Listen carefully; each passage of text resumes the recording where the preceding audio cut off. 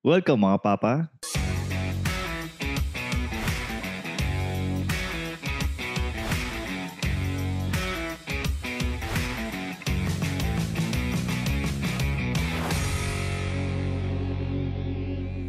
Nga pala si Ingo ng Machong Chismisan. Kasama pa rin natin si Tristan Ting ng 3040 Podcast. Yan, Ingo. Buti may panahon ka nang mag-recording ha. Parang na tayo. Actually, kaka-release lang natin ng episode. Diba? Nai-release ko yung episode nung... Thursday ba? Kapon ba? Or Wednesday? Ngayon yata. Ngayon ba? Okay. Oo, ngayon yata ni-release. So, may mga nag-message sa akin. Sa akin, uy, sa wakas, nag-release din ngayon ng ng episode. Si Sarah Pascual ba yan? Oo, si Sarah. Sa wakas, nag-release kayo, ganto. May isa pa yung nakalimutan ko, sino isa pang nag-message eh. Pero nag-message nga din, tas buti daw nag-release tayo ng episode. Sabi ko nga, lagi kong dinadahilan pa rin talaga, si Ingo kasi. Ako ba? Siyempre si Ingo, DP yan eh. Pero feeling ko kaya sila, kaya nila hinahanap yung yung episodes natin. Kasi meron na silang cycle eh, na may habit na papakinggan. sila, no? Oo. Buti nga nasabi mo yan yung cycle bakit? na yan Kasi nga, actually, yung pag hindi nating pagre-record, nabibreak niyan yung cycle nila. Nasisira. In a bad way. Oo, in a bad way. Na parang yung pag-uusapan natin ngayon, di ba? Oo nga, no? Pero ito, pag-uusapan nga natin is breaking the cycle in a good way naman. Oo, yan. Breaking the cycle in a good way. Kasi, sabi, yung routine daw sila. May listening routine pala si Aling Yoni. Oo. Salamat. Ito nga yung breaking the cycle in a bad way. Kasi naisip ko tong topic na to. Mainit pa to kasi kaninang umaga meron akong medyo mainit na discussion kasama yung mga katropa ko sa GC. Alam mo, madudulas ka kasi. Hindi. Tapos kasi ako mag-edit ito eh. Ayoko nang i-edit. Ang nangyayari kasi, nagkakasumbatan. Kasi yung yung magulang nung yung actually ninong ko yung yung godfather ko yung isang tatay nung katropa ko. Tumatawag sa akin kasi ganun ka-close eh. Ngayon, nung tumatawag sa akin, nagsusumbong. Sabi, yung tropa mo napakasungit. Pwede naman mag-usap ng mahinaon. Kasi ang pag-uusapan nila doon is tinuturuan gamitin yung iPad. Kasi siyempre, matanda na. So, matanda na. So, yung ninong mo yung tinuturuan nung katropa ko. Katropa mo. Nung katropa ko. Tapos, yun, usap-usap kami. Tapos, sige na, may meeting pa ako. Tapos, after a few hours, kausap ko naman yung katropa ko. Sabi ko, inaaway mo daw si Ninong. Tapos sabi, ano pa ginagawa mo? Ano ba yung, ayun, doon ko nalaman na nagtuturo siya ng iPad. Tapos, sabi ko, baka naman kaya siya ganun. Kasi kung paano ka nagtuturo, baka sisigawan mo. Pero sabi niya, siya nga naninigaw nung nagtuturo sa akin mag-drive eh. Tapos, doon ko naisip na, siguro may bottled up resentment itong katropa ko doon sa tatay niya, sa ninong ko, na parang ang tagal na nun Parang ilang years na yun, tapos hanggang ngayon yung parang iniisip mo. Tapos, sabi ko sa kanya, alam mo naman pala na na ayaw mo nun, ayaw mo yung sinisigawan ka habang nagtuturo, ayaw mo basta yung kung paano siya kung paano siya magturo, ayaw mo yung kung paano yung way na pagtuturo niya, bakit mo uulitin yun sa kanya? So, yun. Tapos doon ko naisip na, buti pala walang anak to. So, dink din siya. Dink din yung... pero sync pala. Hindi nga pala siya, single lang siya. Okay. Single with no kids. With no kids. Pero ito ang naaalala ko lang, may napanood ako sa na parang documentary tungkol sa yun nga, yung tungkol sa parenting, yung kung ano yung treatment sa atin ng mga magulang natin or kung ano Hmm. yung mga na-experience nating childhood trauma, yun din yung bumubuo sa kung sino tayo eh. Yun nga, sakto nga yun eh. Actually, paano yung study na yan? Buo-buo kung paano tayo? Ano yun? Paano tayo Parang kung ano yung nagiging tendencies mo, kung ano yung nagiging Hmm. tendencies mo, dahil yun sa kung ano man ang naging mo, naging childhood trauma mo. Oo. Minsan hindi rin kasi tayo aware na na nagiging gano'n tayo dahil Oo, dun sa mga trauma natin. totoo Parang yun, yun yung totoo yun. sinasabi, kaya nga daw madalas daw kunyari daw, may mga, nagagawa kang mga bagay-bagay, kunyari yung sa tropa mo nga, Hmm. yung gano'n. Hindi naman niya nare-realize na na, nagagaya na pala niya kung ano yung mga yung mga ginagawa ng kunyari nung tatay niya or nung nanay Oo. niya. So, malamang parang naging lang sa kanya, naging second nature na lang sa kanya na gano'n nga. Gawin din yun.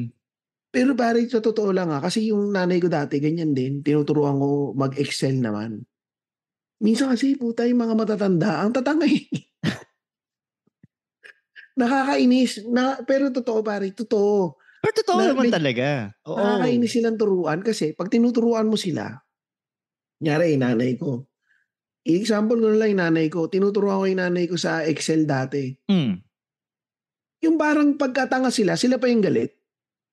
Oo, kasi I-explain nafu-frustrate mo, sila eh. "Ma, wag ganito." Hmm. Ta's napu-frustrate sila. So Hmm. ako, naiinis din ako, naisip ko, hindi ko naman masabing, "Putya ang tanga mo naman." Oo. Siyempre hindi mo masabi nanay mo yun, naisip ko, ta's hindi ka makapagmura. Pero kasi kasi nanay mo nanay mo yun eh. yun.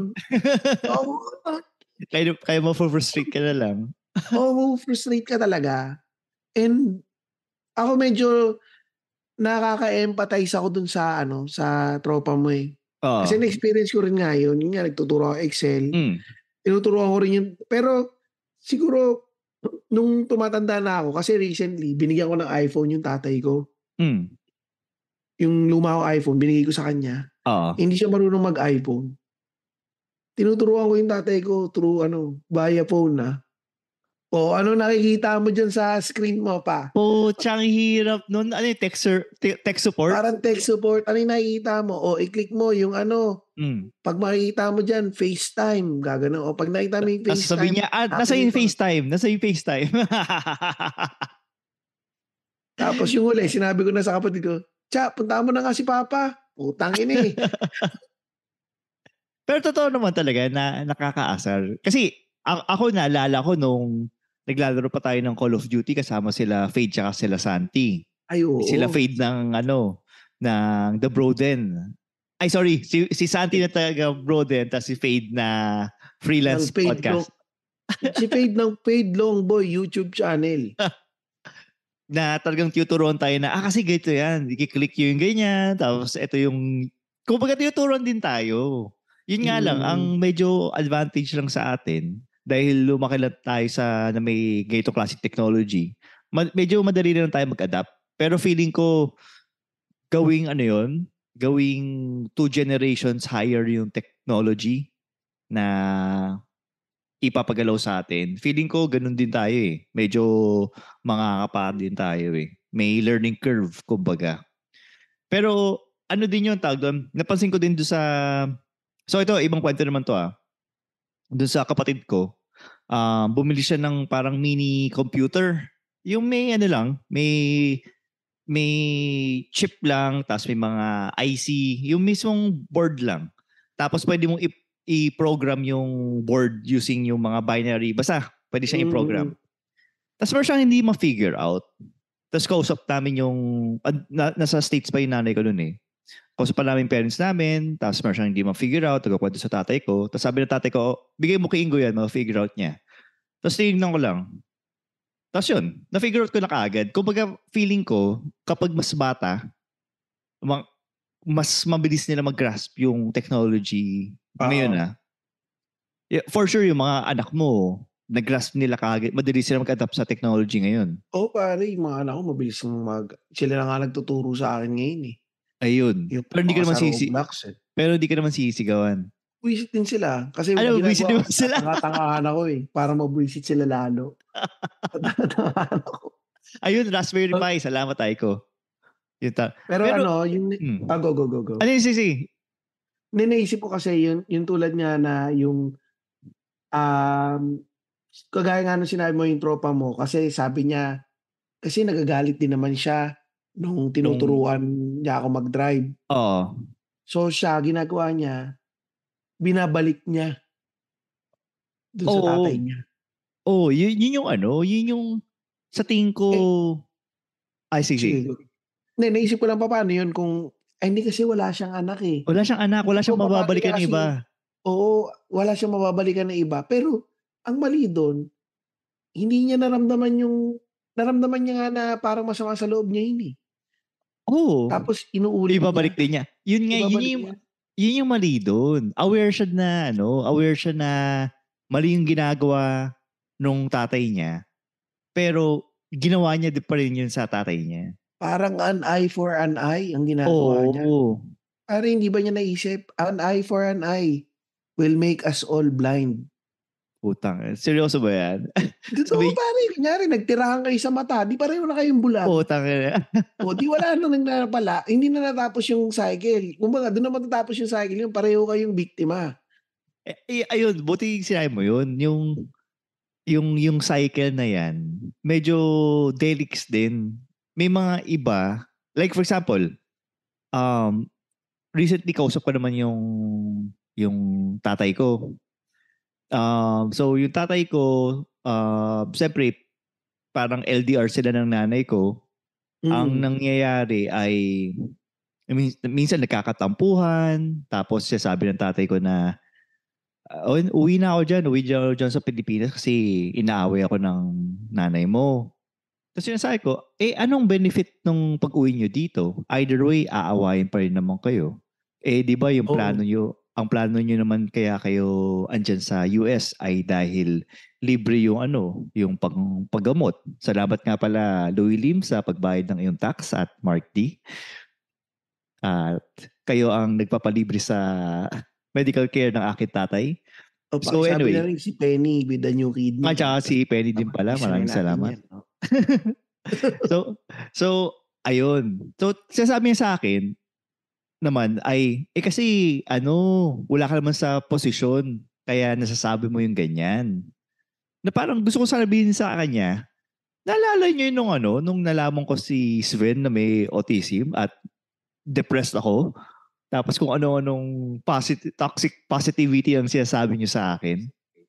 So, hindi ko na pinatulan yung tatay ko na gusto ko sana sabihin na ipaalala sa kanya na yung dati nga, sinasabi niyo nga sa akin na ganyan-ganyan tungkol kay Sven tsaka sa depression ko. Ano sinasabi niya tungkol kay Sven dati? Sinasabi niya, kasi feeling ko kasi may multo dito sa bahay eh. Sabi, minsan kusapin mo yung multo, sabihin mo na na pagaling naman na yung anak ko. Kaya magpagdasal ko daw. Alam mo yung mga yung mga boomer shit na yun. Tapos yung sa depression ko sasabi niya, parang hina mo parang depressed. Ang hinam naman ng loob mo. Gumagano siya sa akin. So siyempre, ako naintindihan ko naman na kung saan siya nanggagaling, which is yung boomer era nila. Ayun, yung boomer era nila kaya gano'n siya magsalita. So hindi ko na din binala sa kanya 'yon. Kasi parang wala nang sense kaya hindi ko na din binala. So ayun, sinabi ko na lang sa tatay ko na na stick to the plan. Kung ano yung plan nyo, ni-remind ko sa kanya na ano ba yung reason mo, bakit andiyan ka sa US ngayon. So mag-stick ka na lang sa plan na 'yon. Dahil wala talagang benefit yung pagbalik mo dito. So as long as kaya pa namin i-manage yung nanay namin in terms sa mga topak niya, dahil nga may dementia, i-endure na muna namin yun. Pero ayun, parang dyan lang muna siya. Kasi sa totoo lang, pag andito siya, dalawa yung i-manage ko. Dalawa yung i-manage mo, nga. Pero yun nga eh, paano mong mabreak? Ako sa akin yung sa akin siguro, yung tinatry kong i-break na cycle is kasi yung tatay ko hindi naging good provider eh. So Oo. doon ako nag-uumpisa Oo. na maging good provider sa pamilya ko. And laging tinatry kong unahin sa lahat ng bagay. Yung Tinatry kong family mo. unahin kung ano yung kapakanan ng pamilya ko above anything else. Oo. So yun, pero ang hindi ko nabe-break na cycle is yung ano din, yung way ng disiplina ng mga boomer. Oo, ganyan din yung Medyo problema mahirap ko eh, eh. kasi doon ka lumaki eh. Tapos parang sa state mo kasi Tristan, ang i-justify mo sa sarili mo diyan nakarating nga ako dito na ganun yung Yun. pag-discipline ko So feeling ko effective 'yun. Oo, Ganun pero sabihin pag-justify. ko na kaya yung mga bata ngayon mga mahihina eh. Oo. Kasi ano eh, hindi naman yan nakatikim ng mga palo eh. Oo, mga Hindi naman palo, nakatikim ng ganito pagalit. eh. Na parang 'pag inisip mo, tayo na nakatikim ng mga palo, masasakit na salita galing sa magulang, lumaki tayo na hindi tayo confident eh. Oo, Ako bago ko na-gain yung confidence ko, siguro nasa ano na ako, mid-30s na ako. Bago ko oo. na-gain yung confidence ko na magsalita sa mga tao, Oo. na humarap sa mga tao. Hmm. Kinailangan ko pang magtrabaho at maka-experience ng iba-ibang mga training at magbasa ng iba-ibang libro para lang, alam mo yun, ma-gain mo yung self-confidence mo. Hmm. Kasi yun yung naidulot sa'kin nung yung pinapalo, minumura, pinagsasalitaan. So, ako palaging yun nasa isip ko. Pero minsan pare 'pag nagagalit ka na, yung galit na galit ka na sa mga anak mo, Oo. 'di ko kayang pigilan, eh. Ginagawa ko Lumalabas ba? nababatukan ko pa, eh. Oo, lumalabas pa rin, binabatukan ko pa din, eh. Babatukan ko, hindi naman malakas, babatukan ko, Oo. "Tangina mo, ganito, ganito." Sakit. Pero yun mahirap ang iniiba ko, kung Hmm. kunyari man ginawa ko yung mga gano'n na pinagmumura ko or Hmm. binatukan ko, pagka medyo alam kong kalmado na ako na yung nauuna akong lumalapit. Oo. Nagso-sorry ako, tsaka ini-explain ko kung bakit ako nagalit, na hindi ako nagalit sa kanya, nagalit ako sa ginawa niya. Siguro yan yung yan yung difference, yan yung sort of breaking the cycle for you. Kasi malamang yung parents mo, hindi naman nalapit yan. Or mas man ako parents ko, hindi naman nalapit sa akin, mag-sorry at i-explain kung bakit bakit ako pinalo. Pero ito din yun, yan din yung nakita kong epekto kay Sven na ang ginawa ko sa kanya is yung corporal punishment kung saan tayo nasanay.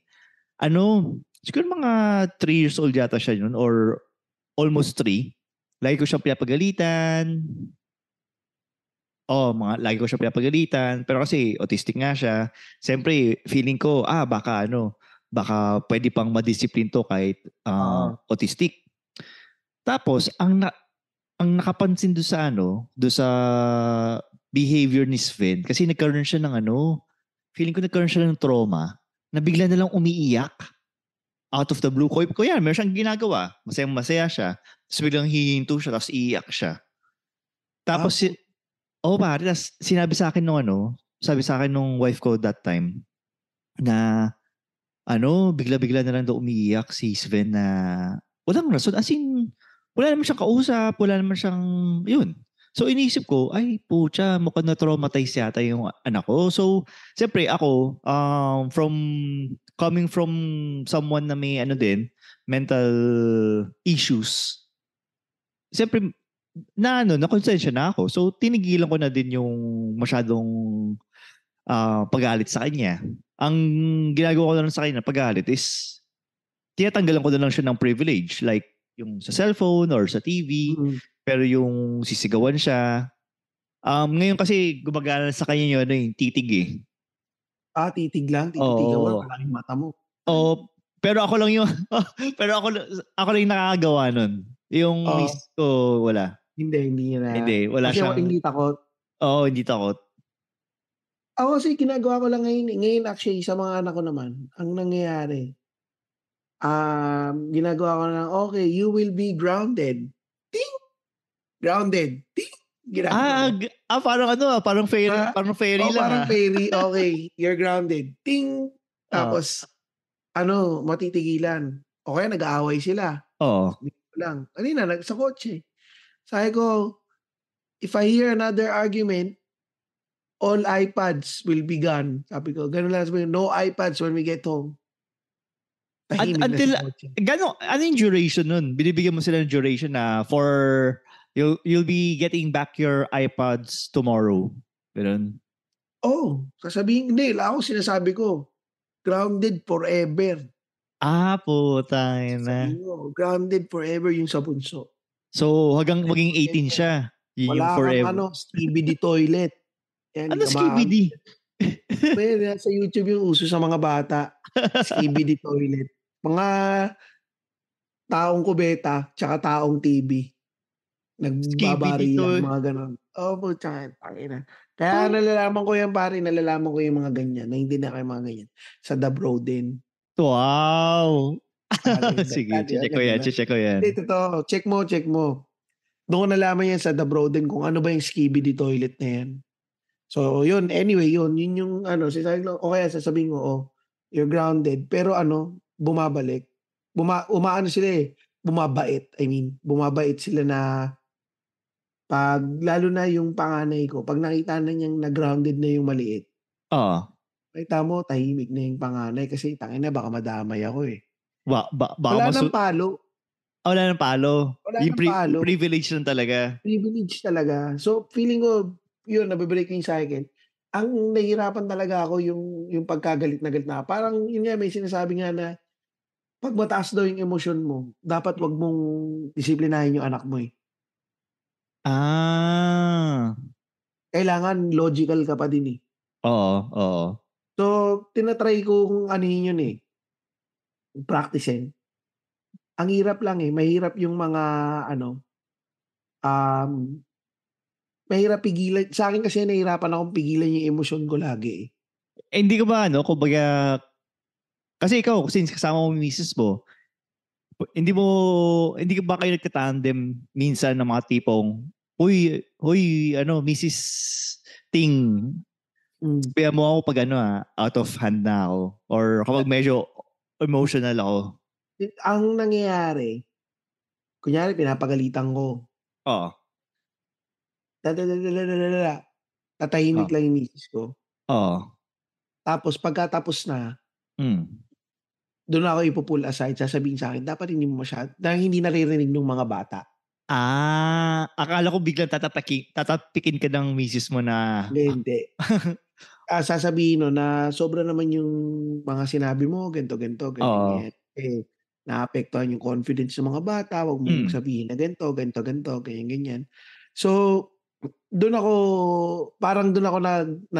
natitigilan. Kasi napupull aside ako lagi na wag mong masyadong murahin yung mga bata, ganyan. Kasi tumatanim sa kanila yan. So ako naman makukonsensya ako bigla. So yung grounded forever, magiging grounded for 30 minutes na lang yan. Wow, inano mo pa binabaan mo pa ng sustento So yun yung lang. Kasi ang reasoning naman din namin nun is kailangan united front kami sa mga bata. Sasawayin lang niya ako yung hindi na nakikita ng mga bata para hindi nararamdaman ng mga bata na nag-aaway kami sa pagdidisiplina sa kanila. Kasi yung mga bata, tangina matatalino yung mga yan. Sabi ko nga, di ba, yung mga bata, pinanganak na likas na masama yan. Kaya merong mga magulang para magdisiplina dyan. Hindi totoo yung pinanganak, yung mga anak ninyo, pinanganak, little angel. Hindi yan little angels. Mga animal ba kaagad? Oo, mga animal yan. Ito na lang pare, isipin mo na lang may mga batang nangangagat. So, ibig sabihin, nakita ba nila sa magulang nila yun na nagkakagatan yung magulang nila? O may mga batang nandudura? Nakita nila ba sa magulang nila nandudura? Tinuruan ba ng mga bata, ng nanay nilang magdura yun? Alamang hindi, nature nila yun eh. So, kaya dapat tinuturuan din. May mga ibang ganun talaga eh. Ito pare, meron nga akong meron akong napanood siyempre, yung sa pinaka magandang source ng information, TikTok, na sabi TikTok. nila, yung mga any abuse, verbal or physical, emotional sa mga bata, nag-change daw kung paano nag-structure yung utak ng mga bata. Grabe 'no, 'pag inisip mo maski sa autistic 'no, may ano pa rin 'no, may effect pa rin ano? Oo, kahit sa yun nga yung nakita ko nga kay Sven, may trauma pa siya eh. So, kaya talagang hindi ko na, kaya binawasan ko na talaga. Either binawasan or ineliminate ko na. Pero ito pare, ililista ko lang yung short-term effect of emotional abuse. Isolation and loneliness, self-doubt, shame, confusion, low self-esteem, fear when interacting with others, avoidance of activities related to the incident, feelings of powerlessness. Parang dalawa lang ata doon sa sinabi ko ang wala ako . Hindi, yung panganay ko may gano'n, yung takot maki-interact sa mga tao dati. Anong Tsaka yung bata? mababa yung self-esteem. Ang nakaka-hurt lang din dati is, nakikita ko 'pag nasa school siya, masaya siyang makipagkuwentuhan sa mga kaibigan niya. Pero Oo. pagdating sa bahay, tahimik lang siya sa bahay. Hindi siya masyadong nakikipag-usap. Kasi parang Ah. feeling ko, yun nga, Hmm. hindi ko pa natututunang i-break yung cycle nung sa kanya, eh. Oo.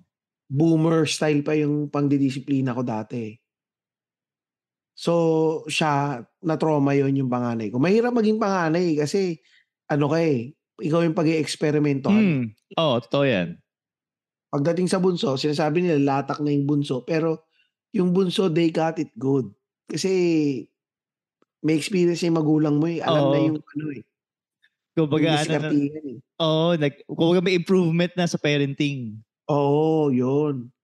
May Eh, improvement na sa parenting pagdating sa bunso. Yung sa panganay puta, wala, nangangapa pa lang kayo, eh. So, Oo. hindi talaga alam. So, yung panganay ko yun medyo although malaki na improvement ng panganay ko ngayon, eh. I mean nakikipagkuwentuhan na, Oo. nagkukuwento-kuwento, tsaka yun nga sumasali na sa mga sports sa school. Pero yun nga, hindi ko alam baka mas okey pa siguro kung ang naging parenting style namin is yung kagaya nung sa bunso namin, baka mas naging confident pa siya ngayon. Oo. So, hindi natin malalaman pero may possibility naman. Ito naman yung effects of emotional abuse on the brain. Tatlo lang 'to.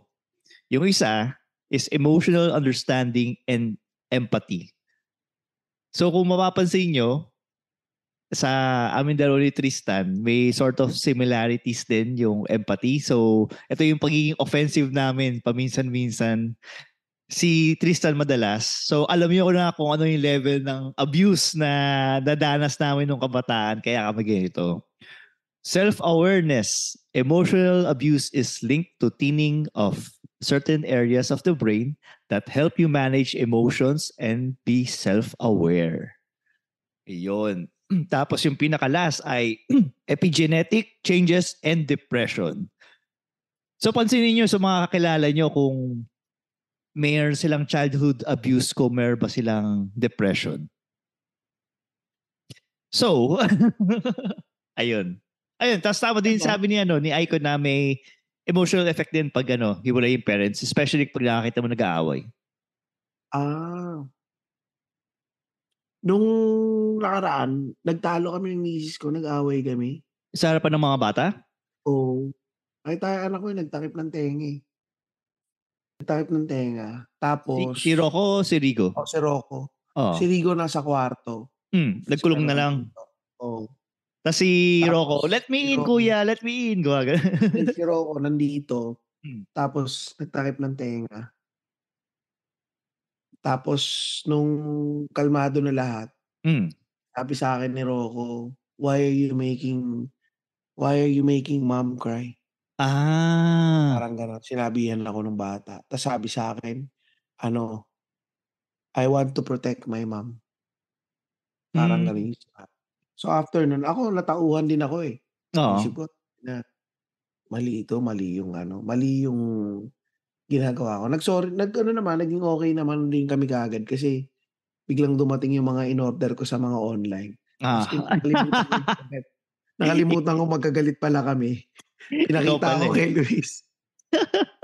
Tapos siya, natuwa na rin siya. Sabi, puro basura binibili mo. So, yun. Pero yun, parang sinabi sa akin ni Rocco na I'm gonna protect my mom. Ganito, ganito. Hmm. So ako naisip ko nga yun eh. Dapat yung maganda din nga yun sa mga bata. Tinuturuan ninyo yung mga anak ninyo na pagka mataas na yung emosyon mo bilang isang tatay, na awatin ka, yung anak mo Hmm. yung umawat sa'yo. Kasi matatauhan ka eh. Kung hindi ka natauhan dahil inawat ka ng anak mo, may problema ka siguro. Yun yung tanda, yun na lang iisipin mo. Para tuloy naalala ko may mga napapanood ako ng mga ganyan. Tapos, sa sobrang daming instances na ina-abuse ng tatay yung nanay, yung anak may kutsilyo ng hawak eh. Talaga? Putangina. Yun yung mahirap sa yung ganong abuse na ng Sa'min kasi ako naman kasi sa growing up naman, yung mga magulang ko naman, hindi ko naman masasabing na-abuse yung nanay ko or what. Ano lang talaga, parang Yung argument, nakakita nyo yung argument. oo, nag-a-argument sila, pero ang madalas lang naman kasi talaga yung wala na kaming makain kasi.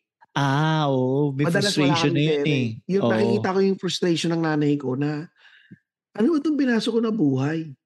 Ano Oo. ba 'tong napangasawa ko?" Hmm. Parang gano'n na Hmm. parang, uuwi yung tatay ko kasi sa FYI yung tatay ko nagda-drive ng taxi dati. Hmm.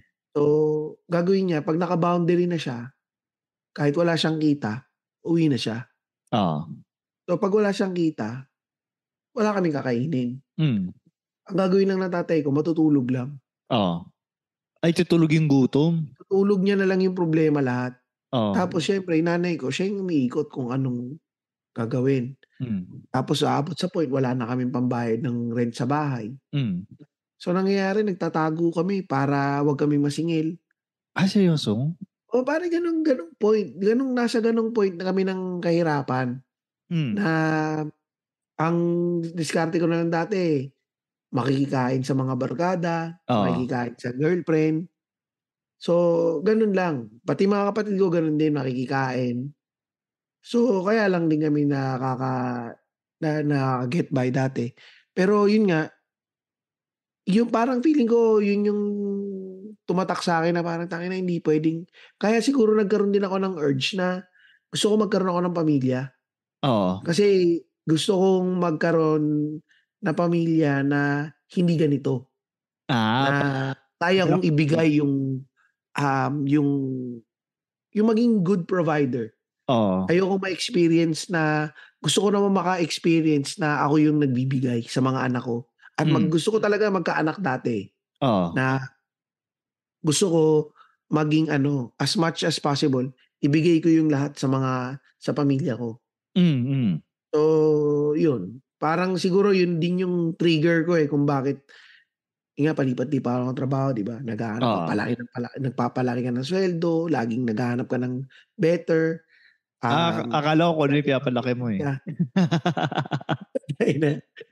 So siguro feeling ko nga baka yun nga, gaya ng sabi ko, puwedeng dahil rin yan sa childhood trauma, eh.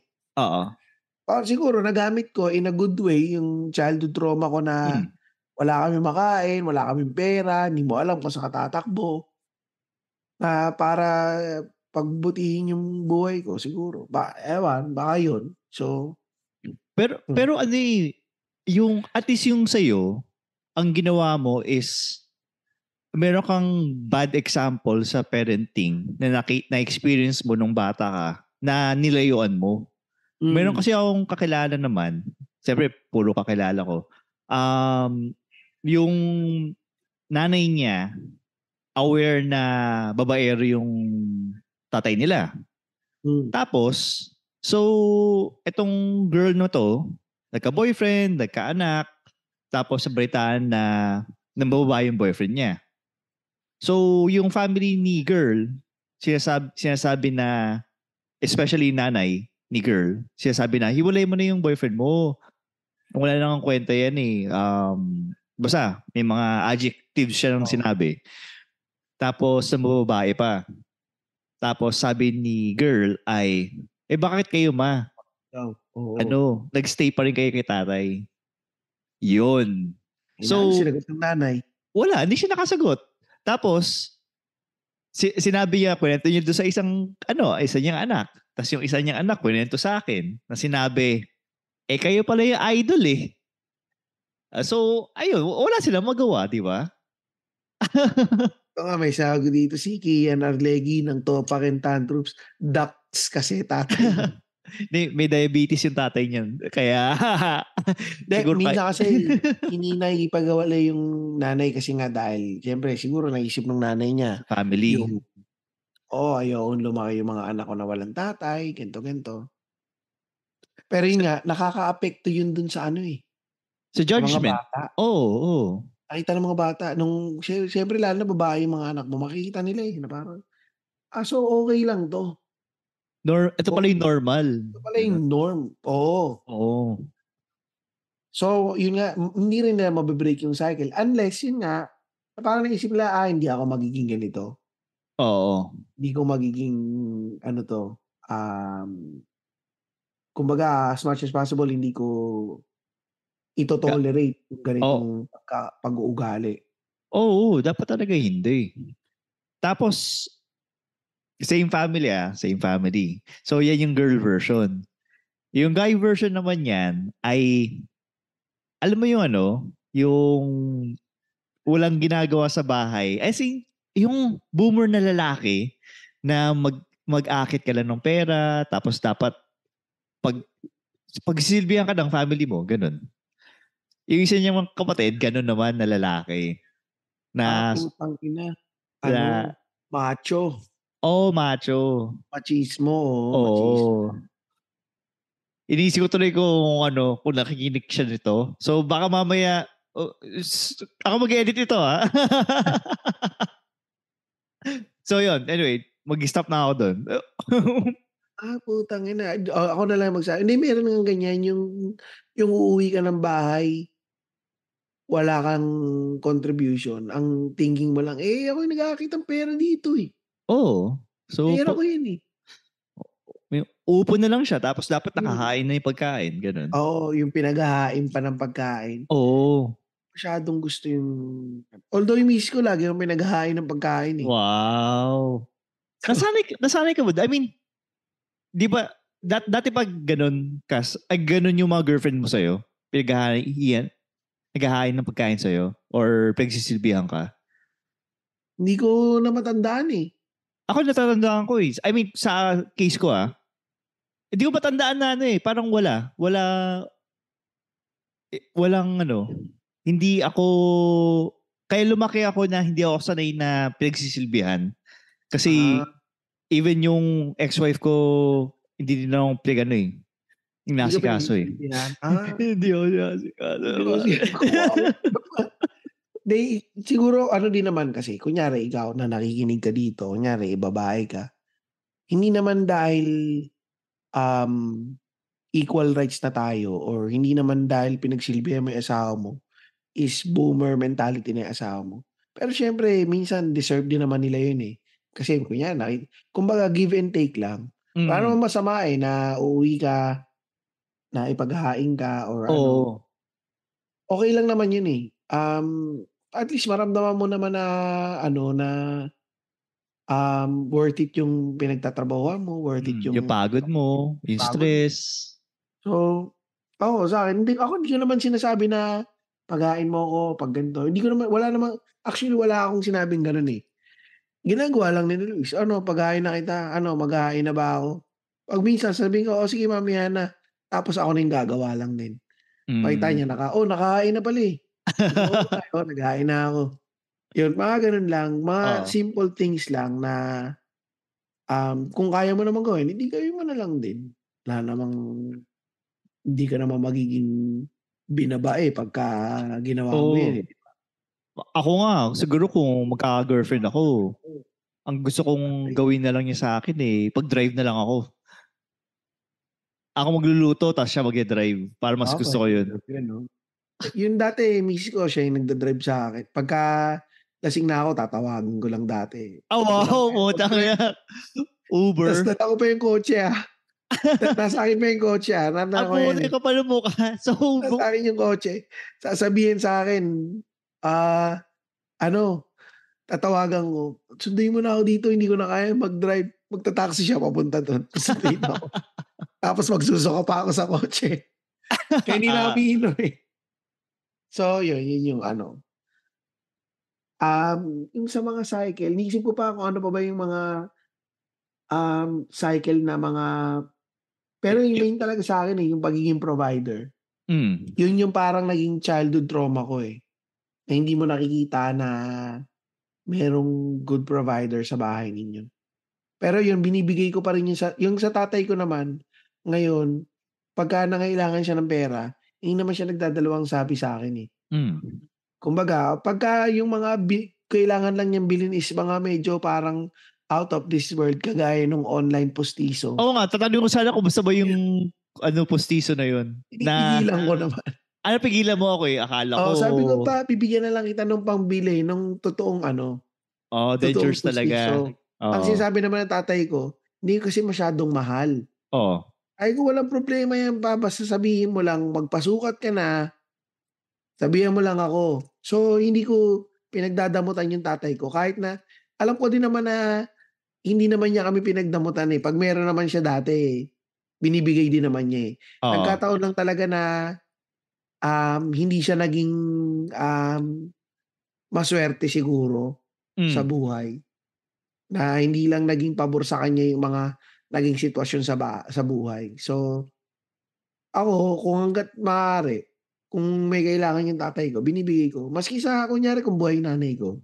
Ganun din. Malamang ibibigay mo. Akala ko sabihin mo, okay lang pa, kasi 36 pesos 78 cents yung Australia, Philippine to Australia dollar Kaya, yan. Let it rain. Gago, hindi Hindi, pero yun nga, kunyari, sabihin na, wala na akong pangkain dito, papadala ko ng pera, GCash, o ano. So, hindi ko na, kahit na, yun nga, hindi siya naging masyadong, yung hindi namin nakuha, yung dapat na makuha namin from him as a dad. Hindi ko binabalik sa kanya yung kagaya na, ganyan ka rin naman dati. Dati naman wala ka naman binigay. Walang sumbatan. Parang naisip ko, tangina, hindi ko nga gusto yun Tapos gagawin ko sa ibang tao. Parang pangit naman yun. Ako naman, okay manumbat kung meron kang benefit na makukuha doon sa pagsumbat. Yun.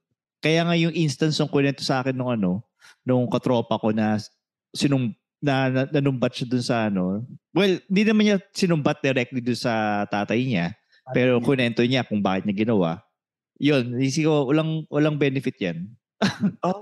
Parang, hindi, siguro kasi ngayon wala siguro siyang anak. Hindi niya alam kung paano i-handle. Oo nga yun sa tingin ko, ang hindi mararamdaman ng mga dinks is yung values na magigain mo pag may anak ka.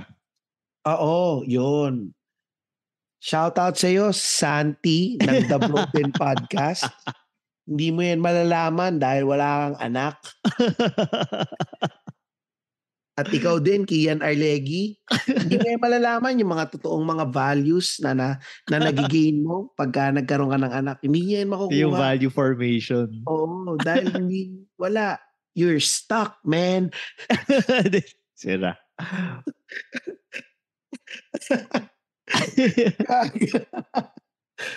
Joke lang. Pero totoo yan Tama, ang ganda ng sinabi mo. Yung may magiging kang parang mga values once magkaanak ka. Kasi parang magkakaroon ka ng empathy dun sa magulang mo na parang tangina kaya pala ganito yung nanay ko. Kaya pala mainit lagi yung ulo nila. Oo, na parang tangina kaya pala. And ikaw din, maiisip mo na parang, naku, ayokong gawin yung ganito sa tatay ko kasi baka ito yung makita ng mga anak ko Oo, Pagtanda ko, ito yung makikita nila na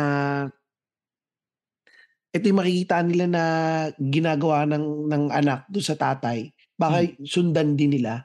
Oo. So, yun. Ikot lang, no? Oo, ikot lang talaga. What goes around comes Comes around. around. Ayun. Yun. Ayun, Sa sino ba papasalamatan natin ngayon, Tristan? Ay, pare pala, naalala ko, magbabasa tayo sa dun sa mga nag-comment dun sa natin, sa past episode natin. Sa hindi sa coming out of the closet, dito sa ano ba yung DINK. May mga nag-comment na, eh. May nag-comment na? Kasi yung tanong natin, ano ang challenges mo sa pagkakaroon ng anak? Or kung wala ka pang anak, ano ang nakikita mong challenges? Dalawa na sumagot, pare. Si Sarah Pascual. Eto Oh, sabi salamat, niya, Sarah. "Salamat Sarah ulit, Ang challenge is paano namin siya mabibigyan ng magandang future at mabibigyan ng happy and good childhood." Tapos pangalawa, si Sunyiga Fam. Bilang ama ng 5 kids. Wow, Pucha, sipag. dami Hindi ka yata busy, sir. Oo nga, parang Na- panayang kadyot, Ginawang libangan. Challenges yung finances and individuality ng kids at time management.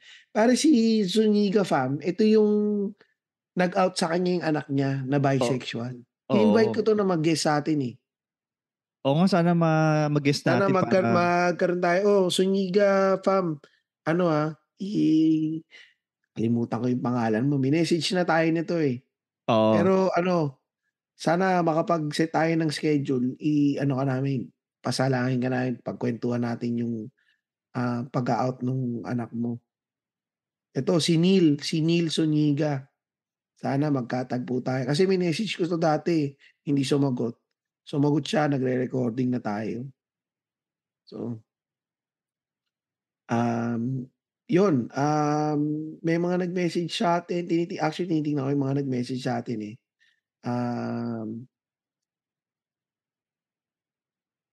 Yun lang. Yun lang. Wala na akong wala ng mga wala ay pare, po-promote ko pala yung yung Joktober. Yung show nila Jomar J at ni, RJ Acurante. Sila yung Ay, mga headliner. Buhangin Brothers yan Buhangin Brothers. Sila yung headliner sa show na ito sa October 15, online comedy sa Zoom. Ayun. ₱250 lang yung ticket nito. So kung Ay, nasa abroad ka, kano 250 lang lang naman yung pala, eh. 250. Bumili Kailan, na kayo, makakanood kayo ng comedy. Mga nasa abroad 'tong mga nagko-comedy na 'to. k- kailan ulit yan? Sa October 15. October 15. Tarang, Sabado ba yan? Teka lang, Sunday ata siya. Sunday. Kaya pala kasi Sunday yung... Ay, di pa. Kasi Sunday yung dun, eh, wala silang may pasok yata sila ng Anong Sabado? Okay. ewan ko kung ano. Pero basta yan, online comedy sa sa Zoom. So Ayun. kung kahit wala ka sa abroad, kahit nasa Pilipinas ka tapos tamad ka lang lumabas, makakanood ka. Oh, 250 tsaka lang, kung taga Middle East ka, sakto. Sunday yun. Alua Akbar, mga kapatid. Ayun. Oh, yun. Ayan, sana bibili ako, manonood ako niyan sa Buhangin Brothers. Joktober, yan. Joktober, ang pangalan ng show nila is Day Off. Sakto, Sunday. Day off nga. Ayun. So, yan. Salamat na lang tayo. Salamat mga papa. Salamat mga papa, tsaka mga mama. Hanggang sa susunod, kinig tayo ulit ng Tatayhood.